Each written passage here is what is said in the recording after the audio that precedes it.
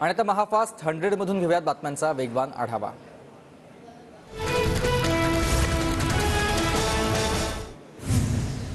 माझ्या डोळ्यात देखत मुलांना मुख्यमंत्री व्हावं ही इच्छा अजित पवारांच्या आई आशाताई पवार यांच्याकडून इच्छा व्यक्त। अजितदादांचं वय लहान, त्यांना पुढच्या काळातही संधी मिळू शकते। एकनाथ शिंदे मुख्यमंत्री आहेत आणि त्यांच्याच नेतृत्वाखाली निवडणुका होणार, दीपक केसरकरांचं वक्तव्य। शेवटी मुख्यमंत्री होणं नशिबावर असतं, अजित पवारांच्या आईच्या इच्छेवर मंत्री दिलीप वळसे पाटलांची प्रतिक्रिया। अजितदादांच्या आईचं स्वप्न पूर्ण होईल अशी परिस्थिती नाही, अजितदादांचं मतपरिवर्तन झालं तर मातोश्रींचं स्वप्न पूर्ण होईल, वडेट्टीवारांची प्रतिक्रिया।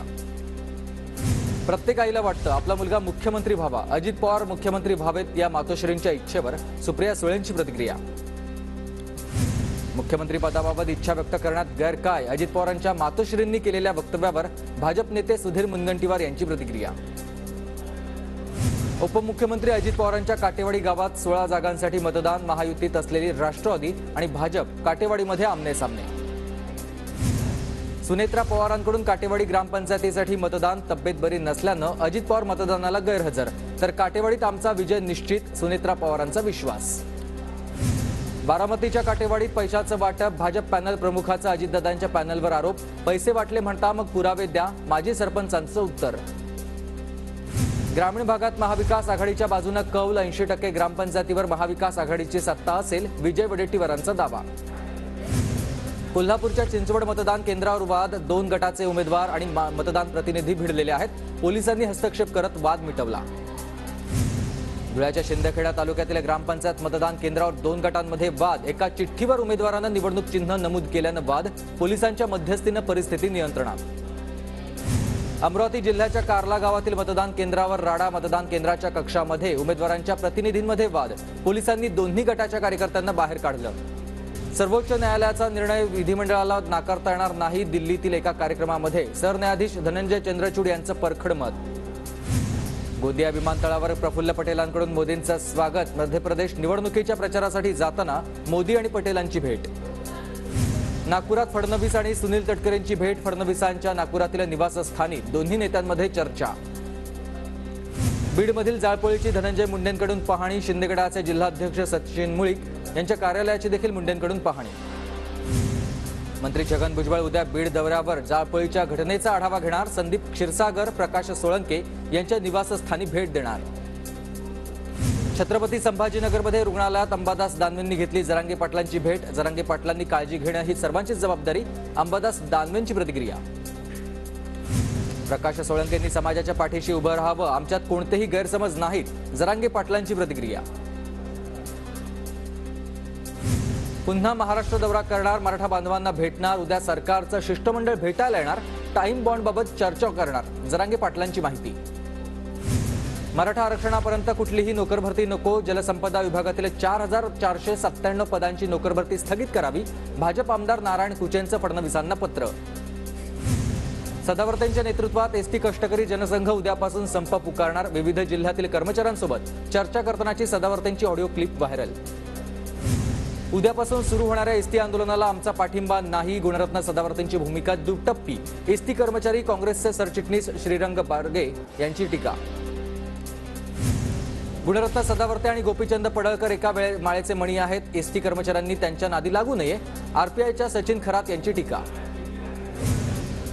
मुख्यमंत्री एकनाथ शिंदे दरेगावातल्या शेतात रमले, शेती आणि मातीशी माझी नाळ, शेती करण्यात माझा आनंद, शिंदेंकडून भावना व्यक्त।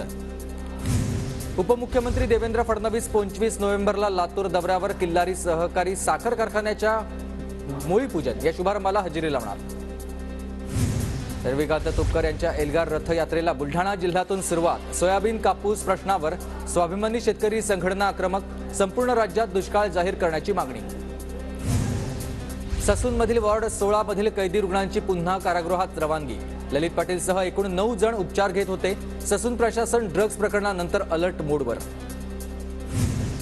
सावित्रीबाई फुले पुणे विद्यापीठात आंदोलन आणि अभिनयानास आता मनाई करण्यात आलेली आहे, तर कायदा आणि सुव्यवस्थेची परिस्थिती लक्षात घेता विद्यापीठाच्या प्रशासनाचा हा निर्णय आहे। आयुर्वेदाच्या जनजागृतीसाठी नागपुरात रथयात्रा आणि रॅली, 8व्या आयुर्वेद दिनानिमित्त क्षेत्रीय आयुर्वेदिक अनुसंधान संस्थांकडून रॅलीचं आयोजन। पुण्यात लक्ष्मी रोडच्या दिशेने जाणारा बाजीराव रस्ता वाहतुकीसाठी बंद, तर टिळक रस्त्यावर एकेरी वाहतूक सुरू। ऐन दिवाळीच्या पार्श्वभूमीवर कोंडी टाळण्यासाठी वाहतूक पोलिसांचा निर्णय। अंबरनाथकरांची यंदाची दिवाळी गोड होणार। शिवसेनेच्या माध्यमातून नागरिकांना दिवाळीसाठी 10 रुपयात 6 किलो फराळाचं साहित्य मिळणार। धुळ्यात रब्बी हंगामाच्या कांदा पेरणीला पारंपरिक गीतांची जोड। अहिराणी भाषेतील विविध पारंपरिक गाणी गात कांदा लागवडीचं काम सुरू। चंद्रपुरात दिवाळीच्या पार्श्वभूमीवर विद्यार्थ्यांसाठी पणती रंगवण्याचा विशेष उपक्रम। विद्यार्थ्यांसह पालकांचाही उपक्रमात सहभाग। सोलापूरच्या अकलूज घोडे बाजारात 50 लाखांचा घोडा विक्रीसाठी दाखल। मारवाड जातीचा तेलिया कुम्मेत प्रकारातील घोडा। घोड्याला पाहण्यासाठी लोकांची गर्दी।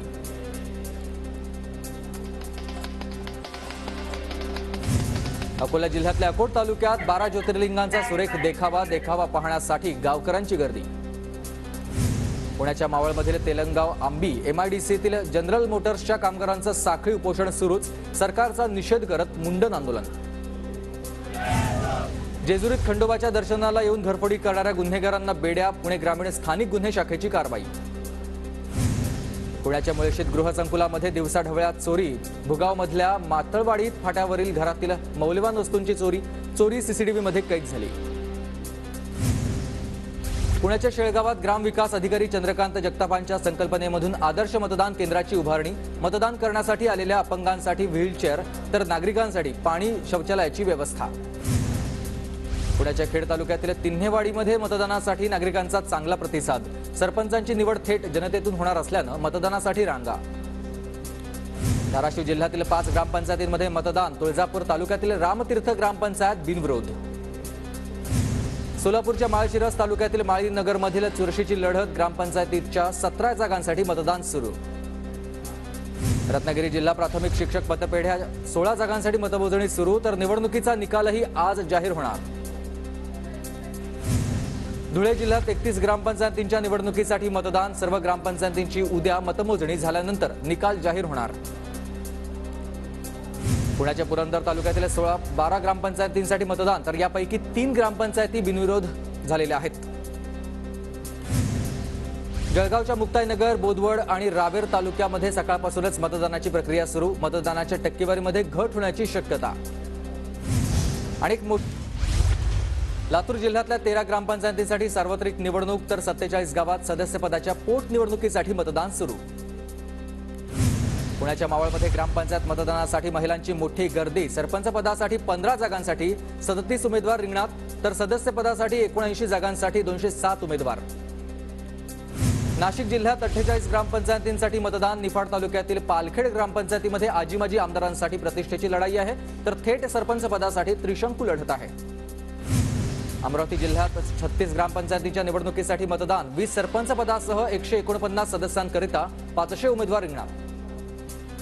अहमदनगरच्या पुणतांबा ग्रामपंचायतमध्ये महिला राज येणार। एकूण 18 पैकी सरपंच पदासह 9 महिला सदस्य होणार। सिंधुदुर्गामध्ये 23 ग्रामपंचायतींसाठी 78 मतदान केंद्रांवर मतदान। सरपंच पदासाठी 66, तर सदस्य पदासाठी 324 उमेदवार रिंगणामध्ये। नंदुरबारमध्ये 16 ग्रामपंचायतींसाठी मतदान सुरू। मतदानासाठी केंद्रावर नागरिकांच्या रांगा। मतदारांचा मोठा प्रतिसाद। वर्ध्यात ग्रामपंचायत निवडणूक मतदानाला सुरुवात। 29 ग्रामपंचायतीत सार्वत्रिक निवडणुका, तर 33 ग्रामपंचायतींमध्ये पोटनिवडणूक। मतदान केंद्रावर पोलिसांचा बंदोबस्त। सांगलीत ग्रामपंचायत मतदानाला उत्स्फूर्त प्रतिसाद। सरपंच पदासाठी 218, तर सदस्य पदांसाठी 1512 उमेदवार निवडणुकीच्या रिंगणात आहेत। स्थानिक नेत्यांची प्रतिष्ठा पणाला। वाशीमध्ये 2 ग्रामपंचायतच्या सार्वत्रिक, तर 14 ग्रामपंचायतीच्या 14 सदस्यांसाठी मतदान। मतदान केंद्रावर शांततेत मतदान।